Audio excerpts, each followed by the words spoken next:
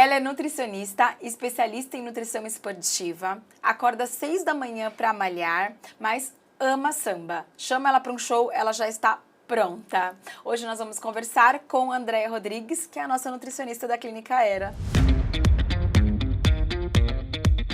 Olá! Bem-vinda, Andréia. Muito obrigada, Beth, pelo convite. Eu que agradeço muito você estar aqui. E hoje eu quero conversar sobre um assunto que vai muito além da sobrevivência, porque comida é uma necessidade, mas também está nas nossas relações sociais, também é demonstração de afeto, é cultural, mas também pode causar muito desconforto em muita gente, né? Uma sensação de peso, de tipo, eu posso, que eu não posso. Como é que uma coisa tão do dia a dia mexe tanto com a gente? Eu acredito muito que seja uma questão cultural e principalmente a cabeça. Como a gente lida com essas relações da comida, ou quanto a gente se comporta diante de alguns alimentos também, porque a comida é o que você disse, é sobrevivência, mas nem todo mundo lida desse jeito, né? As pessoas amam comer, a gente gera, às vezes, um transtorno em cima disso, né? Muitos, tanto né? pelo excesso quanto pela falta. falta, mas eu acho que é muito uma questão psicológica. A gente não aprendeu a lidar bem com a comida desde pequeno. Porque desde que a gente senta na mesa para comer, a gente tem uma obrigatoriedade, só sai da mesa quando o prato estiver limpo, né? Então aquela coisa que é muito imposto a comida, desde pequeno. E a gente não lida isso muito bem na fase adulta, né? É complicado, né? Muito. Também tem um pouco da parte de uma... mas eu acho que, lógico que vem dessa coisa da criança, realmente a gente tem que comer tudo, porque quando a gente é criança, as mães tendem a falar pra gente que a gente tem que comer, porque as mães querem ver a gente alimentada, até mesmo bebê, né, criança. Então, assim, a gente fala assim, né, precisa, gasta muita energia, mas depois a gente vai pra adolescência, pra fase adulta, a gente já enxerga um estereotipo mais magro, mais slim. E aí que vai um pouco de contraponto com o que a gente aprendeu de que não, tem que comer, tem que... talvez também um pouco isso, você acha? Acho que total, Beth. E também uma questão hormonal, né? A gente não, principalmente nós mulheres, a gente vai fazendo essa maturação hormonal ao longo da adolescência e acaba ganhando um pouco mais de peso para poder fazer, né, a menstruação, para poder ajustar alguns hormônios. É diferente, por exemplo, de um homem que é só testosterona e ponto. Nós temos muito mais hormônios, Eu ia te perguntar isso. Homem realmente emagrece mais fácil, consegue cuidar do corpo mais... né, gente? O que nos falta é o que sobra neles. A gente está falando assim de uma diferença gritante. Para nós, o máximo de testosterona é 60 miligramas e para um homem é 900. Então, é muito diferente isso. E aí, para menstruar, a gente acaba guardando um pouco de reserva de nosso gordura. organismo já se comporta diferente, Exatamente. Porque ele já trabalha diferente. Ele trabalha também. diferente. E aí é imposto pela sociedade que a gente precisa estar magra, que a gente precisa estar bem, que a gente precisa entrar no manequim 36, né? E aí é isso, você faz a restrição. A gente já sabe que a maioria das pessoas com compulsão é porque começou com uma restrição muito cedo, né? Então ali próximo dos 14 para os 15 anos já começa aquele pensamento, a gente começa a ter uma mudança no nosso corpo também, então tem um estirão, a mulher, a mama começa a crescer, então a gente vai lidando com o corpo de um modo diferente do que quando a gente é criança, né? Que tudo é normal, que tudo é ok, né? E que a gente gasta muito também quando é criança, muito, né? Você pula, você brinca. Hoje em dia talvez um pouco menos, mas na minha época a gente brincava de rua, brincava, né? Então você gastava muito, você podia comer com um pouco mais de tranquilidade, né? E eu acho que a gente também comia, essa coisa do mãe falar comer tudo, a gente literalmente comia de tudo. De tudo. Hoje em dia, não. E é engraçado, porque, por exemplo, a gente podemos falar um pouquinho, tem muito adulto que fala que tem paladar infantil, né? Falando sobre isso. E no fundo, quando a gente é criança, a gente não come só arroz e batata frita e carne. É isso. Então, assim, e esse paladar infantil, a gente consegue, as pessoas que têm mais dificuldade de experimentar tudo quando adulto, porque quando é criança a gente acaba tendo que comer, né? Que aí também causa um problema. Mas quando adulta a gente escolhe, não vou comer. Não vou comer. Existe esse paladar tão seletivo, a gente consegue moldar isso. Uma pessoa que, por exemplo, assim, não consegue comer verduras, não gosta tanto de frutas, a gente buscando um profissional adequado, isso é fácil de mudar ou você não? Você sente muita resistência? Eu acho que a gente tem sempre que entender que são duas coisas diferentes, né? O paladar infantil existe, a gente está falando de arroz, feijão e uma proteína, então é uma coisa caracterizada, e existe o TERA, que é um transtorno alimentar restritivo, que a gente acaba impondo isso, eu acredito que muito na primeira infância. Naquela coisa da mãe falar, senta pra comer. Então tem aquele alimento que a mãe sempre vai ter na mesa, que força muito aquela criança, e é o que eu vejo muito em consultório. Então, doutora, eu não como brócolis, porque a minha infância inteira minha mãe me obrigava a comer brócolis. Agora também não quero mais comer. Exatamente. E aí você vai meio que pegando um ranço daquele alimento. Então, são coisas um pouco diferentes. E aí, é o que a nutrição tem que sempre fazer. Tentar entender se não é um problema com textura, com cheiro, com gosto, para saber classificar e lidar com aquela pessoa. São coisas diferentes. Quem tem realmente o paladar infantil, que a gente acaba encaminhando para terapia, para tentar entender o que aconteceu, ele é restritivo num geral. Tá. Quem usa isso, como eu brinco, como muleta? Não. Porque fala assim, eu tenho um paladar infantil. Aí você vai fazendo ali a consulta e fala, mas eu como uma batata cozida. Mas se tiver na salada tal coisa, eu como. Então assim, não é um paladar infantil. É porque você escolhe não comer. Exatamente. Você restringiu aquele alimento em algum momento da sua vida e você entendeu que não. Eu, particularmente, não suporto o cheiro de banana. Então, não adianta, não vou comer. Só que, qual é a questão também? A gente precisa provar esse alimento 8 vezes diferente. Eu ia te pra ter essa isso. certeza que você não gosta, mães, né? assim, em que fase que elas precisam, assim, até certa idade, a criança precisa provar todas as texturas, que você falou de textura, de gosto, as frutas têm gostos muito característicos, a banana é extremamente doce, você vai pegar um morango, já, né, é completamente diferente.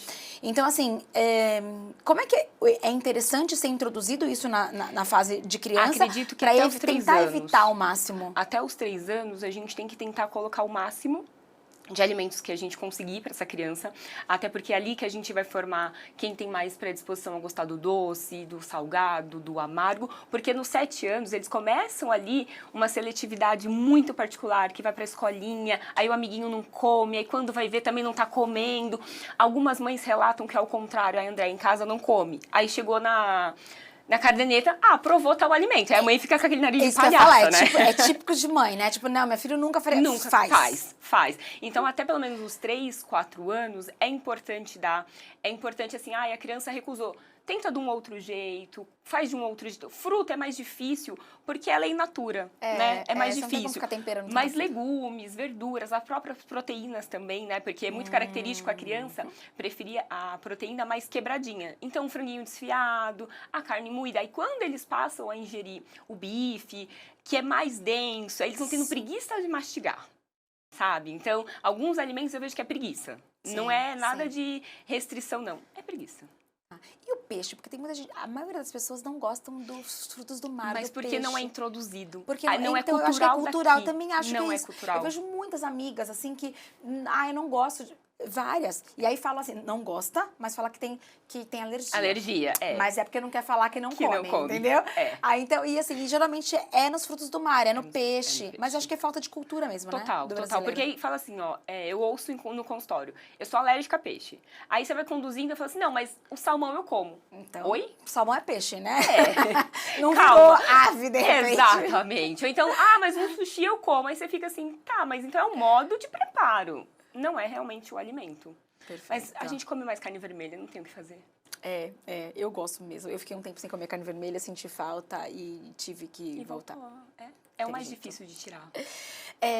Seguinte, André, hoje em dia, com esse boom de rede social, e na sua profissão, acho que em várias, mas na nutrição também, tem muito nutricionista de internet, né? Então, tem cardápios muito prontos na internet, com uma proposta de emagrecimento rápido, em 15 dias, tá tudo resolvido. O que a gente tem que tomar cuidado? Porque eu sei que, de repente, assim, tem que ser uma coisa muito personalizada, não pode, né? Nem tudo serve para todo mundo. Total. Então, o que você daria, assim, de dica, de orientação para esses cardápios prontos, essa fórmula de emagrecimento rápido que tá tão frequente na internet? Eu costumo brincar com os meus pacientes que se desse certo para todo mundo, a gente não lidaria com tantas pessoas obesas. Já começa aqui. O nosso maior índice é a obesidade. É a obesidade. Né? Eu entrei na faculdade em 2009, e a gente falava muito de pessoas abaixo peso, falando muito de desnutrição. Saí da faculdade já com um cenário completamente diferente, falando de 4 anos. né? Mas justamente por isso, a gente acaba fazendo uma restrição e essa restrição ela vai te gerar uma compulsão. Então, essa compulsão é o problema. Porque a gente vai perdendo a mão, sabe? Sim. E a gente entra nesse ciclo assim, eu preciso ir para uma festa, eu vou parar de comer isso, isso e aquilo. Só que o que as pessoas não entendem é que cada alimento, cada grupo alimentar, ele tem uma função. Então, o carboidrato, que todo mundo condena, ele é a nossa principal fonte de energia. Todas as dietas restritivas de carboidrato, elas vão dar uma leseira, vai dar uma sonolência. Mas perde peso. Não, a gente vai desinchar.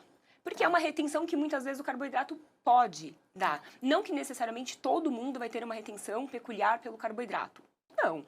A proteína vai fazer a construção muscular, então não adianta a gente treinar muito e não ter um bom aporte proteico para você não fazer uma boa construção. E as gorduras, que a galera ainda tem um pé atrás, é quem vai fazer a nossa produção hormonal. Então, a gente pega, às vezes, pacientes com restrição alimentar grande de gorduras, e aí você vai ver a tireoide dele tá afetada, a mulher não menstrua mais, você vai pegando uns problemas que você fala, cara, é só comer. Acrescentar. É só comer.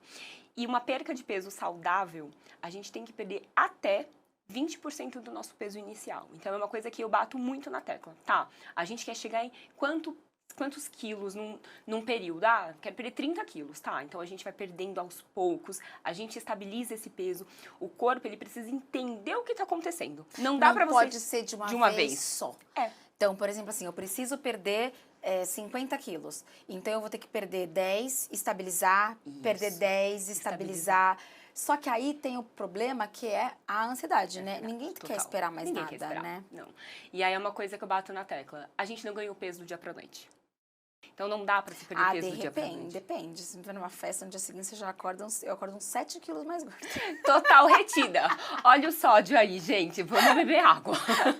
Todo mundo bebendo água. É verdade, mas né? é uma situação como essa, mais pontual. Às vezes um atleta de alto rendimento vai submeter a uma prova que vai dar um desgaste. Tá. Então são coisas pontuais. Mas o que a gente leva geral é que a galera quer perder os 20 quilos, assim, em 3 meses. E você não ganhou esse peso. E muitas vezes a gente vai perder a massa magra, que é a teoria assim, meu metabolismo é lento. Não, isso é muleta. Não existe metabolismo lento, como as pessoas falam. Sério? Existem pessoas sem aporte proteico, sem massa magra. Porque a massa magra é quem faz essa função. Quanto mais músculo você tiver, melhor o seu corpo funciona. Entendeu? Mas aí então, quando por você exemplo, olha, você quer fazer assim, seu corpo funcionar melhor, o ideal, então, seria você aumentar a sua massa muscular, porque aí o seu organismo vai... Exatamente. E aí seu metabolismo vai acelerar também. Vai trabalhar melhor. Só que aí não adianta você colocar um bom aporte proteico sem uma boa quantidade de carboidrato também. Porque você não vai ter energia suficiente para isso, para fazer essa construção, né? Então, tem que lidar e o açúcar com tudo, é um grande vilão mesmo? Tem que cortar, não tem que comer? Porque falam que o açúcar causa dependência, que o açúcar não faz bem pro corpo. É verdade isso? Porque você falou muito agora assim sobre carboidrato, proteína e gordura. O açúcar entra aonde aqui, assim? Ele entra nos carboidratos, chocolate? Mas eu acredito muito, e é uma coisa que eu trabalho isso, porque a minha linha de trabalho é a linha comportamental, mas é entender o paciente. Se a gente tem um paciente que tem uma quantidade de alimentos açucarados na dieta, no dia a dia, a gente tem que entender o que acontece para isso. Muitas vezes, o açúcar não é o vilão, mas é como a gente come ele, qual é a porção dele ao longo desse dia. Tem a melhor idade, porque assim, eu já tinha ouvido falar que, por exemplo, assim, você quer comer um doce, come assim depois de uma grande refeição. Tipo assim, almoçou, já come seu doce logo em seguida. Porque pra aí você já gastar ele. Você vai entrar junto. É verdade isso? Eu evito deixar os meus pacientes comerem açúcar depois ali do jantar, porque é uma quantidade de energia que você não vai gastar. Né? E então, pode interferir no seu sono também. Também, total. E noites sem dormidas são dias que você come mais no dia seguinte. Com certeza. Porque o corpo precisa de mais energia para conseguir trabalhar melhor. Mas noites mal dormidas, eu acho que no dia seguinte você... É isso, precisa mais de energia, né? Você precisa de mais de energia. Mas o açúcar, no geral, é saber lidar com ele. Que aí entra muito a questão, né, da terapia, da cabeça, de você ver como que a pessoa lida com aquele alimento. E aí entra naquilo que a gente conversou no começo. As crianças, antigamente, na nossa geração, né, o primeiro alimento era uma fruta. que é uma frutose, que é um tipo Sim, de é um carboidrato. tipo de- Então, a gente já dá o primeiro gatilho ali. E é um açúcar também, não é? É um açúcar, já deu ali o gatilho. Qual foi o primeiro alimento? Foi um açúcar. Então, aquilo já está na nossa memória. E a gente já sabe que a maioria das pessoas diabéticas e obesas tiveram essa relação. A mãe começou com a banana, que é uma das maiores frutas com carboidrato. É a que eu mais amo. Começa ali De com uma longe. maçã, põe uma uvinha. Então, você já vai começando com alimentos que são açucarados, né? Que a base dele é uma frutose. Hoje, a gente já conduz de um modo diferente. A gente já começa com as papinhas salgadas. Não mais com as papinhas doces, Ah, então o né? bebê hoje não entra mais com a fruta, entra com Muito papinha. difícil você pegar um Faz pediatra sentido, faz sentido. Que já entre com açúcar. É até mais nutricional, né? Uma papinha do que só uma fruta. Exatamente. Você pensando que a gente está tirando leite materno, que é o alimento mais completo, Mais né? completo. Tá, outra coisa que eu ia te perguntar, Andréia, é sobre esse boom de ter que ser tudo orgânico, que não pode ser nada industrializado. Então, assim, só descasca, não desembala. Até que ponto isso é verdade? Até que ponto a gente tem que seguir realmente o descasque menos e, né, e desembale, descasque mais e desembale menos? Ou até que ponto a gente é possível comer uma coisa industrializada? Porque a gente também vive numa rotina de dia a dia que é difícil você tá sempre com uma alimentação só preparada. Então, assim, como é que a gente, se for para comer um industrializado, como é que a gente lê esse rótulo, né? Para ser uma escolha melhor, né? E precisa ser só, ou dá para mesclar um pouquinho também? Dá pra mesclar. Até porque o orgânico, hoje, no nosso país, ele tem um custo muito alto. Muito alto. E aí, a gente pensando, né, em sociedade, não é todo mundo que vai conseguir ter esse alimento na sua mesa, né? Mas a gente, às vezes, tem as nossas hortinhas. É diferente, né? O orgânico é diferente do que a gente produz, propriamente dito, em casa, do que a gente tem ali, e né, falar de que as pessoas diferente. conseguem, em São Paulo, ter uma horta em casa, muito chega a ser difícil. até irreal, né? É muito difícil.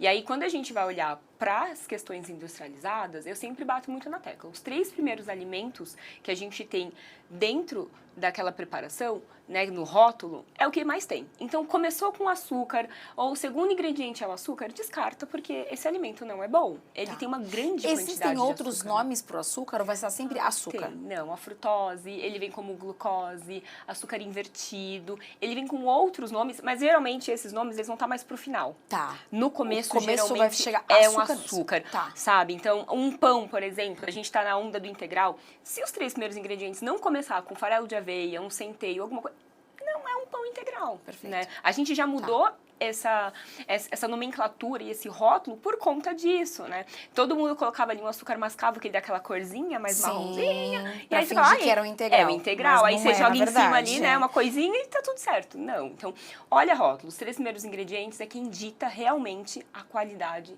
deste produto. Perfeito. E entrando nesse negócio que você falou um pouquinho do pão, eu queria falar um pouquinho sobre o glúten, sobre as intolerâncias que a gente tem hoje em dia. Eu, Beth, sinto no meu corpo, por exemplo, eu deixei de comer glúten há um tempo, e quando eu como, eu percebo claramente que me faz mal. Só que quando eu deixei de comer por estética. Eu deixei de comer por regime, por dieta. Só que eu acho que eu fiquei um tempo sem comer. Eu não sei se adquiri, nunca fiz um teste para falar que eu adquiri, mas eu me observo e vejo que claramente eu sinto um desconforto quando eu como um glúten. Por exemplo, eu também sei que existe a intolerância à lactose, à caseína, né, enfim. Só que eu não consigo deixar de comer queijo. Então, eu como. Aí pode falar assim, então você escolhe o que você tem intolerância? Como é que a gente percebe isso? Tem que fazer um teste de intolerância mesmo? Ou não? O corpo se adapta e mesmo inflamando um pouco, ele consegue controlar essa inflamação? Até que ponto isso a gente precisa levar a sério e ter esse cuidado?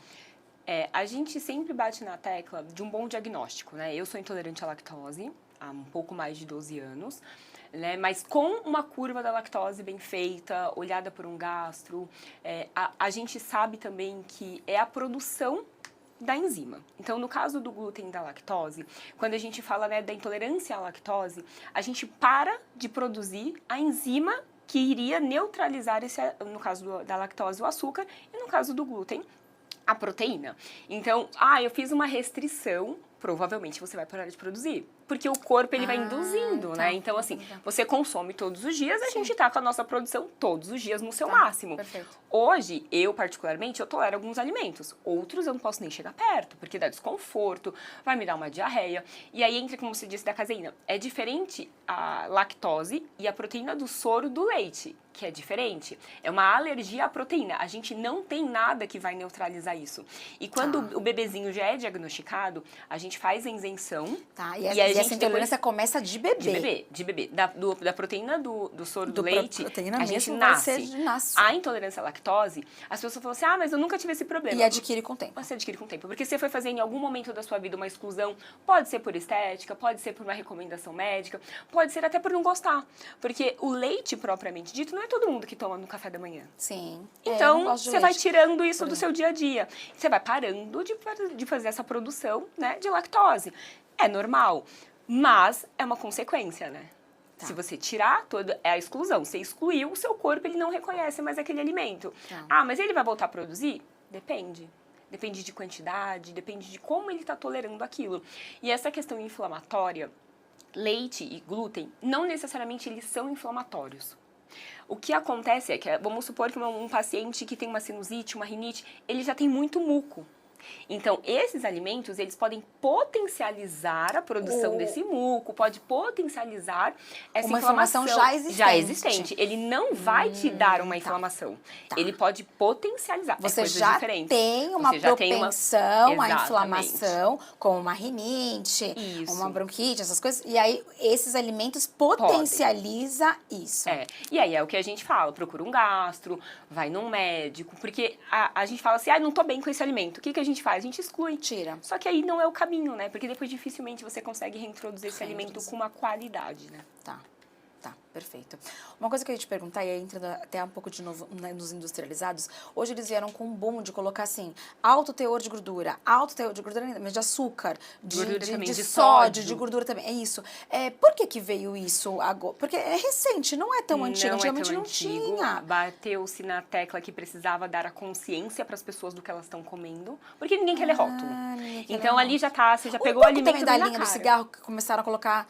Isso, eu brinco assim, você tá comendo com consciência. Você não pode dizer mais assim, eu comi esse alimento, mas eu não sei o que é ali dentro. Eu não sabia que tinha tanto açúcar, eu não sabia que era tão gorduroso. Não, exatamente, ele vem escrito como justamente um alerta, né? Então, para um paciente, muitas vezes diabético, que entra naquilo que a gente falou assim, dos nomes diferentes do açúcar, ele vai estar escrito assim, alto em açúcar adicionado, ou alto em açúcar. Aí a pessoa vai dar aquela, vou ter que olhar, principalmente o diabético, deixa eu entender. E todos esses alimentos que têm esses altos, evita ou não? Não é bem assim? Não depende necessariamente, do que você da sua proposta. É que aí, eu acho que eles colocam, num geral, pra gente entender, mas rótulo, na informação nutricional, vai estar a porção. Então, é aqui que eu acho que a gente se perde, sabe, Beth? Abre a bolacha, você não vai comer a porção que são 3. Você acabou com a bolacha, entendeu? Sim, aí que eu acho que é o maior problema. Ele tá te dando um alerta, e aí, consecutivamente, dá uma olhadinha. A legislação obriga que a gente coloque o valor do rótulo em 100 ml, 100 gramas, e depois qual é a porção. Então, se você pegar a bolacha... porque as pessoas exatamente não sabem. 100 gramas da bolacha Mas 100 gramas é quanto? Quanto que é? Eu vou ter que ter uma balança pra pesar? Não, então 3 unidades. 3 unidades. Aí ele vai te dar certinho. Te orienta melhor. Ele te orienta melhor. E eu acho que é importante a gente ter essa consciência do que a gente tá consumindo, para você ter certeza, até para você passar para o seu médico, para o seu nutricionista, porque muitas vezes eles se perdem. Eu vou pegar essas coisas na 6ª, 7ª consulta, e você fala, mas você nunca me falou isso. Mas eu achei que isso era normal. Tá. Você falou de ter consciência, né? Mas existe também uma fome que ela é inconsciente, né? Que não vem da consciência, que a gente meio que fala tipo uma fome emocional. É difícil de lidar com essa fome, né? Eu acho que essa é a mais difícil. A gente come emoções, A gente come emoção. Você falou, tipo assim, racionaliza ali, você come 3. Às vezes você vai abrir ali, você não tá com fome, você tá com vontade de mastigar. De beliscar, né? E da onde vem? E é engraçado que essa fome, geralmente, você se arrepende muito dela depois. Rapidamente. Mas as pessoas falam assim, poxa, mas eu preciso... Aí põe alerta pra você não... Mas... Se você racionalizar, você não vai comer. Você já está comendo emoção, então já significa que você já está sem razão ali naquele momento.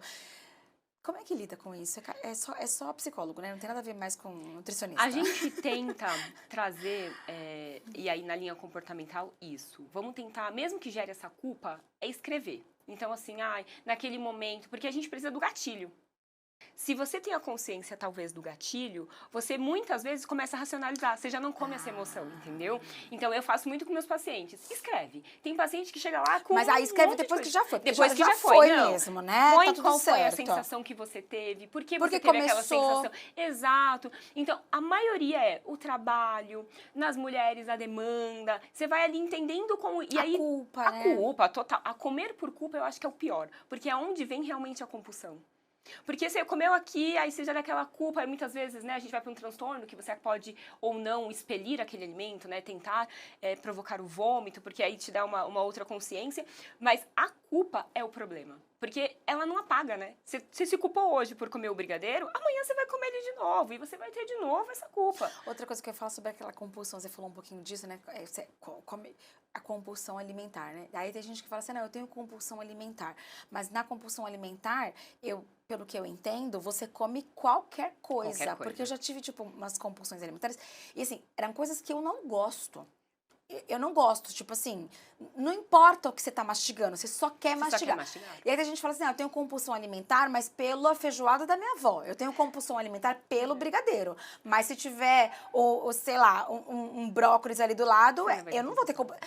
E eu acho que a compulsão, ela não tem nada a ver com ela não tem cara, gosto. Não tem cheiro, não tem nada. Exatamente. É comer. Você precisa ter a sensação do estômago cheio para te liberar essas sinapses pro seu cérebro de que tá tudo bem.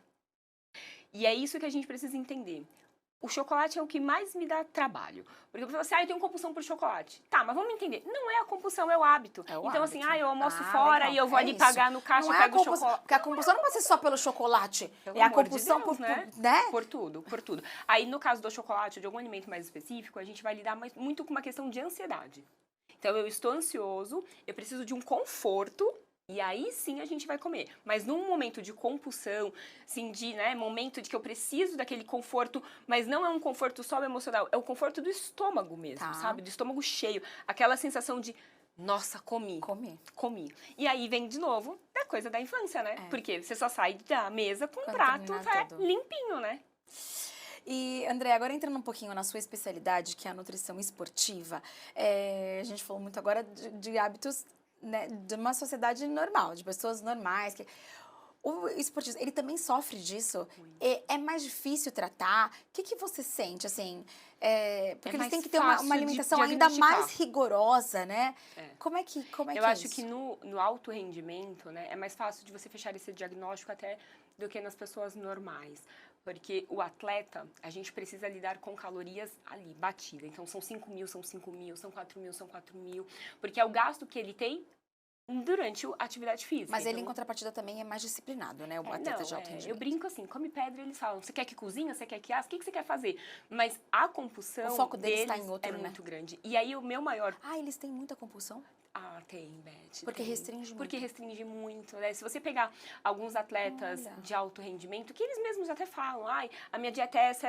Aí quando você vai ver, não entra nada, nenhuma besteira no meio desse caminho. Não que isso seja ruim, só que quando ele parar de ter aquele gasto energético muito alto, que é o que acontece quando os jogadores se aposentam, fala, nossa, do nada ficou obeso. Não é que do nada ficou obeso. A gente tinha um gasto energético de 3.000 calorias, eu precisava comer 5, aí agora eu não tenho mais essas 3.000 de gasto, eu continuo comendo 5. Porque a alimentação é uma matemática, né? É uma matemática. Não tem o que discutir. E assim, é o 2 mais 2 e acabou. É o quanto você gasta com quanto você consome, vai dar o seu resultado, esquece. Ponto. Não tem o que discutir. E pelo amor de Deus, não façam dieta de segunda a sexta.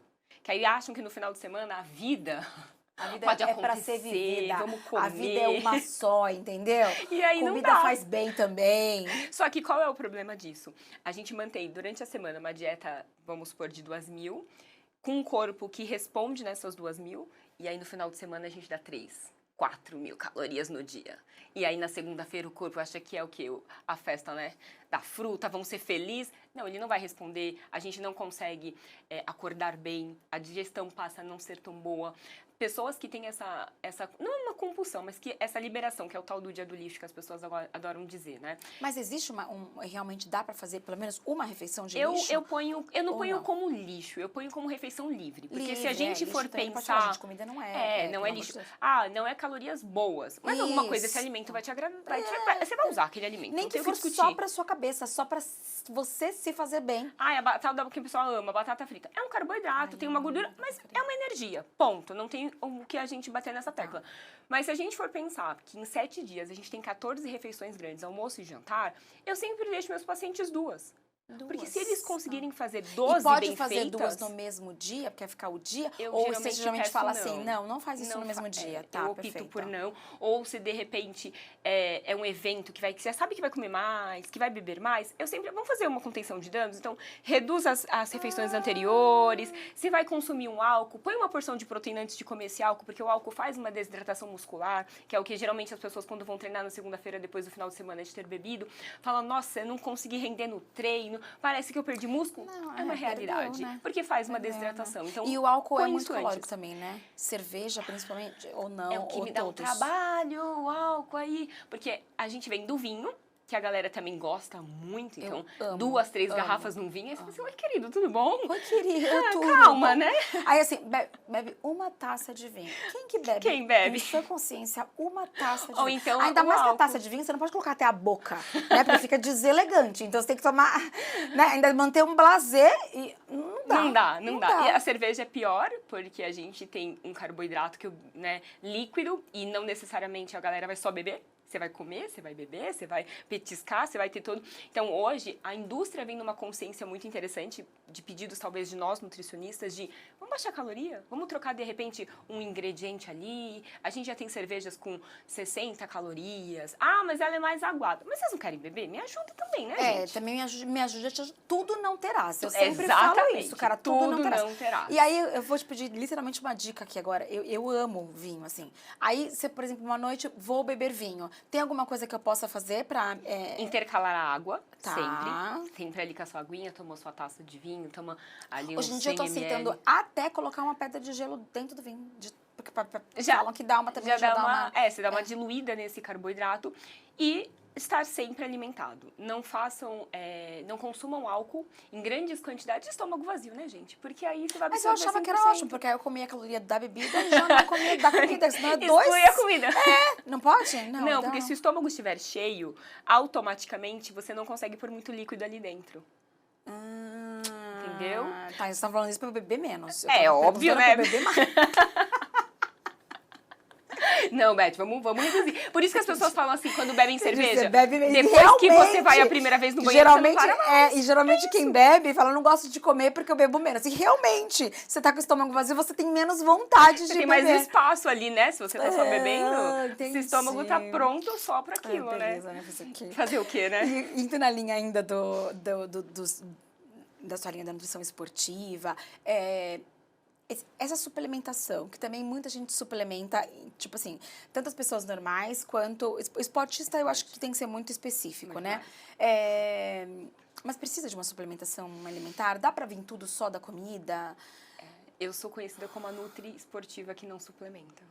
Nem pro esportista. Eu suplemento, mas eu acho que a gente tem que entender necessidade. Não é todo mundo que precisa do seu whey, não é todo mundo que precisa do seu BCA, porque o suplemento é suprir uma ausência. Se não falta, por que você suprir tá o quê? pondo? Ai, que Você interessante. entendeu? Eu sempre pensei nisso. É olhar o cenário, Porque o whey né? protein, o que é? Proteína. Não proteína. posso bater um bife? Pode. Você pode. Mais tranquilamente. gostoso até. Aí, se a gente vai falando de um paciente que Bateu, trabalha, digo que tem assim, uma comer, né? rotina diferente, aí tudo bem. É mais fácil você pôr ali uma água na sua coqueteleira, chacoalhar Tá. e beber, e aí você põe uma frutinha para ajudar na porção de carboidrato. É regular e entender cada paciente, né? Cada Sim. pessoa é uma. Não tem muita regra. Na nutrição não existe regra, a gente tem que entender quem é o indivíduo, o que ele está fazendo. No alto rendimento também, tem suplementações assim, vastas, né? Mas nem todo mundo precisa daquilo. Tá. Você E tem tomar que cuidado entender. também com o tipo de suplemento que você está tomando, né, André? Exato. Principalmente pré-treino, termogênico. O quanto você está induzindo esse corpo, né? Tá. Porque isso não é bom, Sim. induzir demais Sem esse dúvida. corpo. E muitas pessoas não dormem por conta da suplementação, né? Porque aí tá... ligadão, né? Ligadaço, né? Eu sempre falo isso também, tipo, porque muitas das suplementações têm cafeína, e aí vai betalanina, taurina, e o conjunto também acaba dificultando, né? Tá. André, eu queria entrar num assunto agora, porque a gente sabe que hoje em dia tá numa era de quem não é visto não é lembrado. Então, você precisa estar nas redes sociais, você precisa estar nos veículos de comunicação. Você faz isso muito bem nas suas redes sociais. Você acha que isso motiva mais os seus pacientes? Eu vejo você criando, por exemplo, assim, metas entre os seus pacientes, que eu acho super incríveis, e eles postam. Então, meta de ir malhar 6 vezes por dia, e aí posta que tem... Porque, né, se não postou, não foi. Então... Não é. A regra é clara. A regra é clara. Se não postou, não foi. Não foi. Como é que você lida com isso? Como é que você teve que desenvolver ou foi algo que não foi natural? Ou você também acredita que quem não é visto não é lembrado, que precisa estar ali? Porque a gente também tem que trabalhar, né? Eu falo sempre isso, tipo assim, eu como dentista também. Meu foco, eu amo estar sentada no mocho. Não vou mentir, eu gosto mais do que talvez abrir uma câmera e falar, entendeu? Eu gosto mais de executar, planejar, mas planejar com os meus parceiros ali, né? A gente tem uma equipe ali da parte odontológica, tem todas as especialidades, então eu gosto de sentar e planejar com eles o caso. Mas eu tenho mais dificuldade de abrir. Aí eu tenho a Giovana que às vezes fica, né?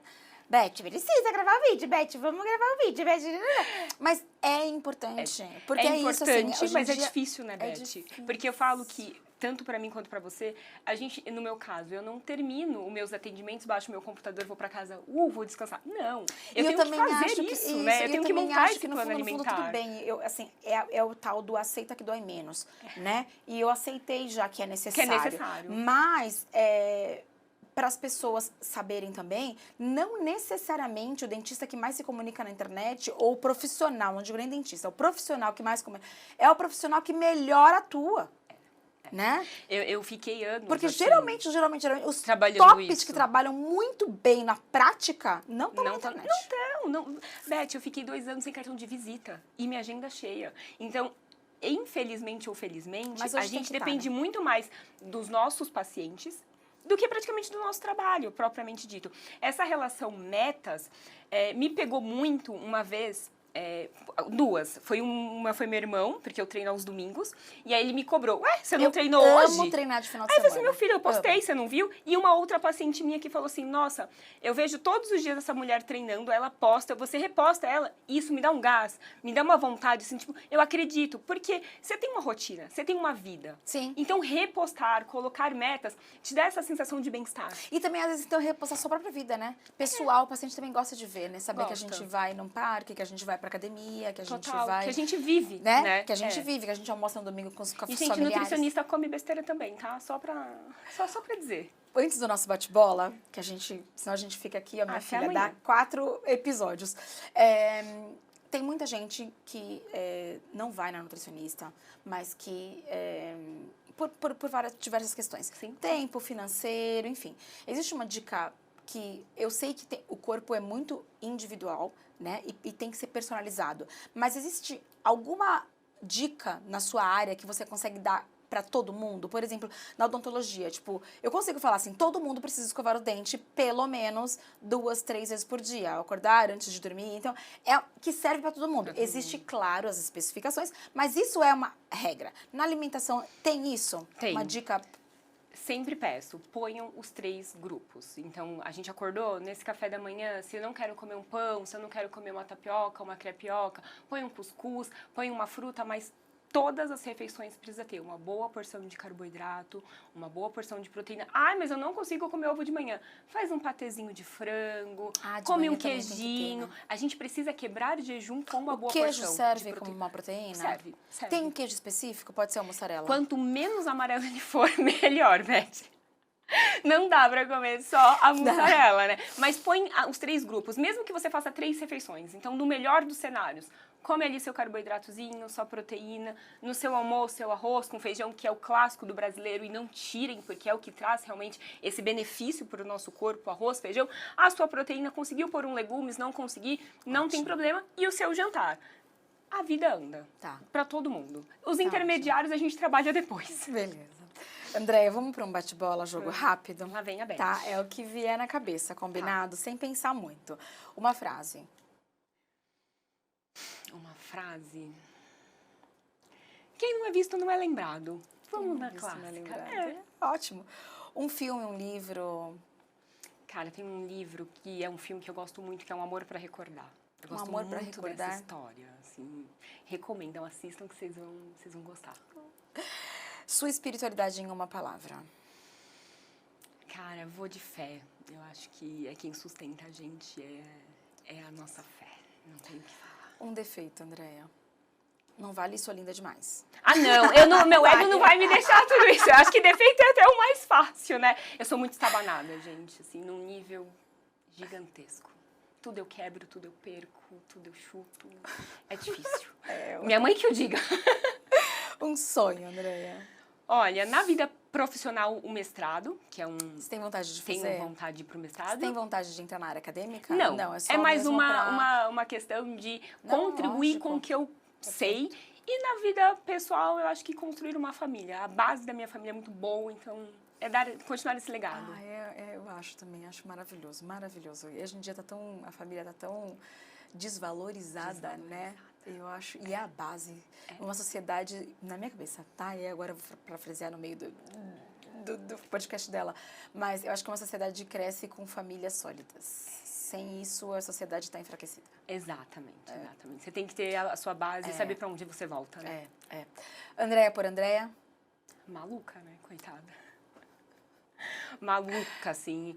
Eu costumo dizer que a Andréia tem multifatores, muitas caras, mas a base da Andréia é meio essa coisa louca da bipolaridade, de ter que estar toda hora fazendo coisa. Mas é por isso que muito também que você multi, né? faz. Né? Pode Isso ser. é bom. Pode ser. Isso é bom, porque a maluquice, ela faz a gente sair da inércia, sair do nada, né? Vamos, de ter né? que fazer. E aí, às vezes, dá muito bom. Né? Vamos Vamos focar acreditar nisso, né? Andréia, agora eu vou te colocar uma situação. Eu quero que você fale, assim, a primeira coisa que vem na sua cabeça, tá? Andréia, agora a gente vai pro próximo andar aqui e você vai passar no dentista. Qual é a primeira coisa que vem na sua cabeça? Limpeza, gente. Eu tenho pavor de dente amarelo. Vontade de fazer uma limpeza. Por favor, galera. Eu bato nessa tecla com meus pacientes. Cuidem da saúde bucal também. Porque a nossa primeira digestão acontece na boca. E é o que eu mais gosto de tratar, assim, é prevenção mesmo, né? prevenção. Porque tratar é bom, mas tem que ser uma vez só. Ótimo. Andréia, muito obrigada pelo bate-papo. Eu amei, eu achei que foi super produtivo. Acho que vocês vão conseguir tirar muitas coisas pro dia a dia mesmo de vocês. Tem muita dica boa. E quero que você deixe aqui um espaço para você colocar suas redes sociais. Desafiador, enfim, né, gente? Olha, não esperem grandes expectativas. A gente só aparece em stories. Não tem postagem, tá, gente? Porque demanda demais isso. Mas é maravilhoso suas stories. Né? Eu falo, parece muito uma doida falando, né? Acho que aí quem entra maluquice, que fala igual uma maluca, né? Mas tudo bem. Meu Instagram é Nutri Andréia Rodrigues. Espero todos vocês lá. A gente bate papo, a gente dá risada, a gente conta as besteiras também do dia a dia. E muito obrigada, Beth, pelo convite. Eu te agradeço muito mesmo. Obrigada também pela companhia de vocês e espero que vocês tenham gostado. Até o próximo.